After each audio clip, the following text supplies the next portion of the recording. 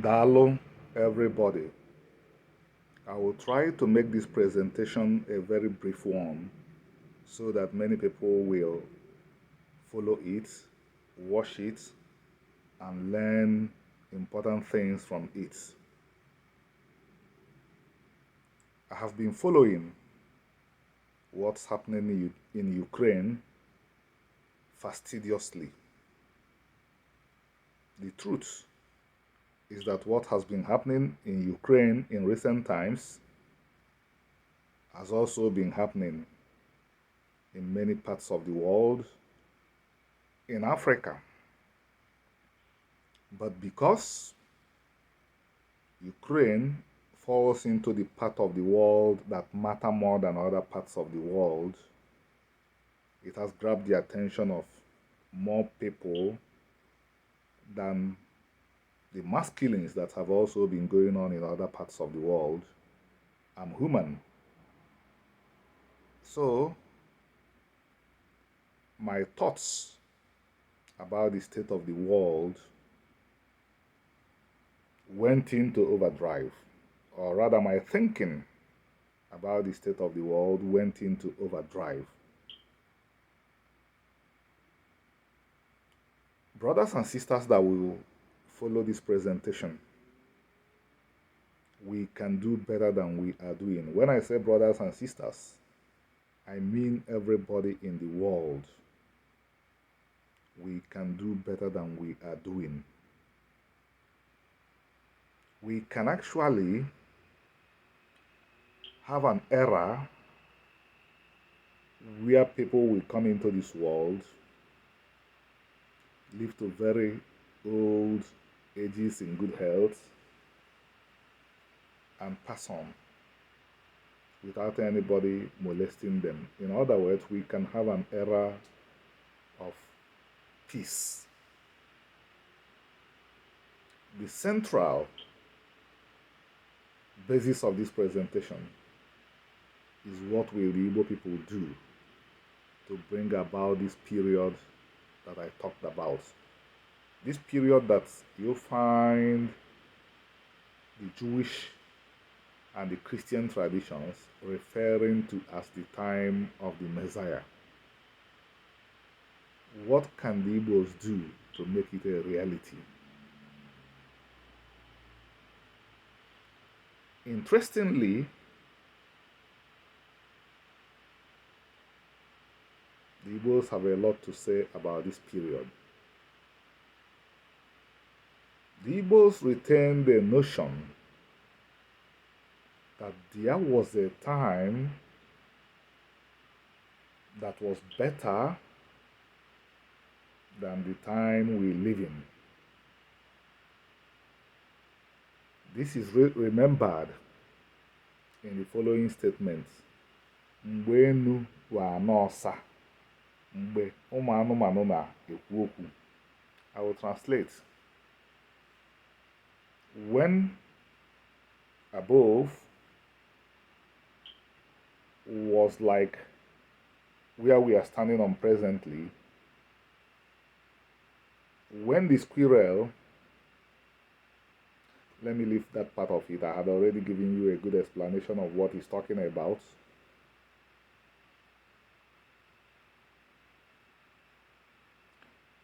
And the second Igbo expression, when the animals spoke. These two expressions tell us about a time that you can relate to the time we read about in Genesis, when the animal spoke. The serpent spoke, and the woman listened to the serpent, and the Igbos remembered something like that. It remembered that time as a time of bliss. The Jewish tradition and the Christian tradition developed beliefs about this period.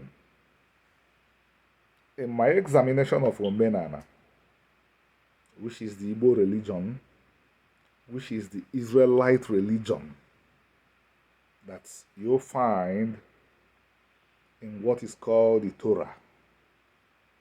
My own examination talks about a time that was better than what we have now. And my examination of Omenana makes me to understand that Omenana sees this period as a period we can work for. Our acts, our actions, what we do, and what we fail to do, the wrong things we fail to do, will bring us to this era. And when we get to this era, the mass killings we witnessed in Nigeria, many parts of Africa that we are witnessing in Ukraine presently, would be things we would only read in history.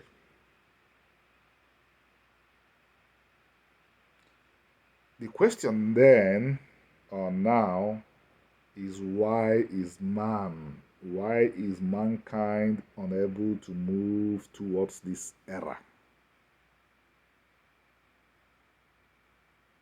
The Western world has acquired wealth, but it is not happier than the parts of the world where people have difficulties getting the next meal.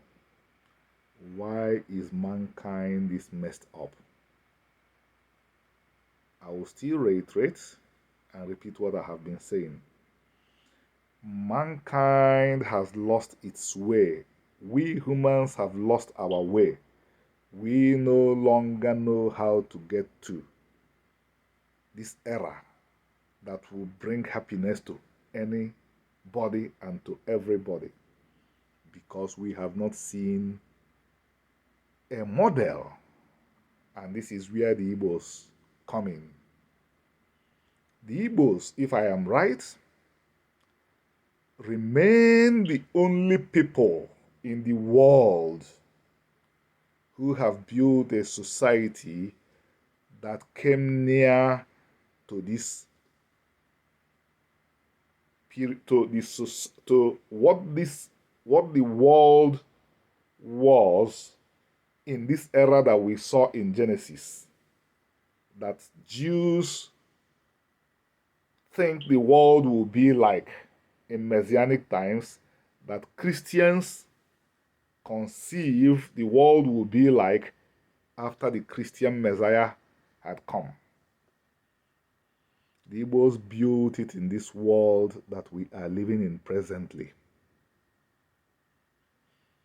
If we can get rid of our biases and doubts and skepticism and go through this book,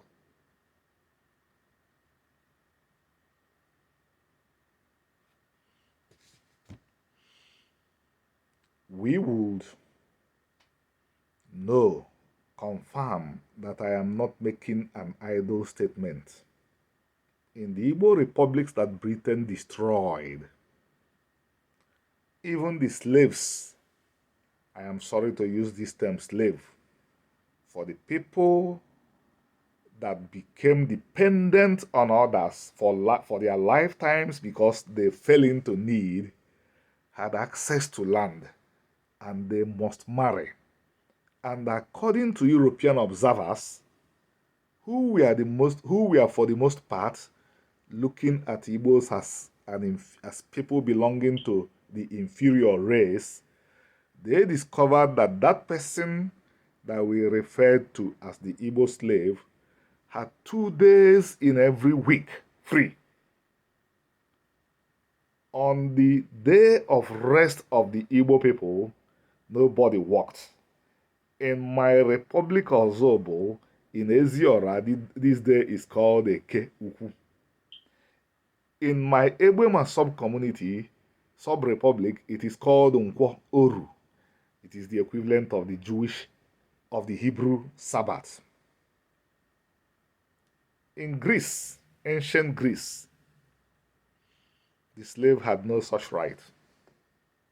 And by the way, every Igbo, including this personality we just talked about, must marry. In ancient Greece, which historians in error described as the first democracy, an attribution should have gone to the Igbos, while the slave must marry like every Igbo, in ancient Greece he may not marry. There were no prostitutes. There were no destitutes in the Igbo republics. None existed. Do you know what this means? 200 years ago, there was a place in this world where there were no destitutes, no prostitutes, and that society did not have an army, or standing police, or prisons, yet it was stable. If you do not have a standing army, a regular police, a prisons, a centralized authoritarian authority to breathe down your neck, why would you not be happy? And everybody had a piece of land in these republics. So, mankind should look towards these people, this place that I described. If this culture is recovered and shared with all humanity, warmongers will cease to exist among us. People who dream of empires will become a thing of history.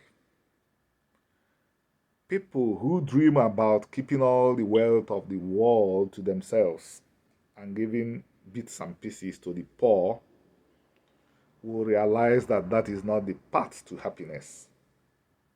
Everybody will grow. Everybody will be happy.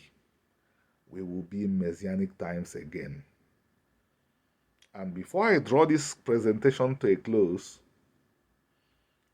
the Holy Prophet Isaiah prophesied about a time when humanity shall no longer go to war. Among the Igbo, the aloe, which was an instrument of peace, was the end product of the ube, which was the spear. The Igbos took the spear and beat it into the aloe. In other words, the Igbos said the instrument of war has to be constructed into the instrument of peace.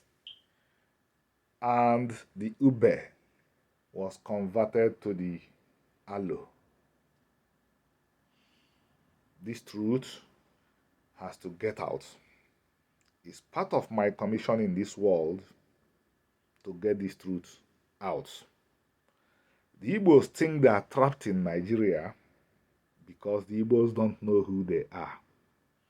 If the Igbos know who they are, if they know the commission they received from God, if they know their job, they would not have a case with any states. They will be having discussions with the leaders of humanity. And this discussion will be based on how to redeem mankind. On this note, I say thank you for your patience. Possibly get this book.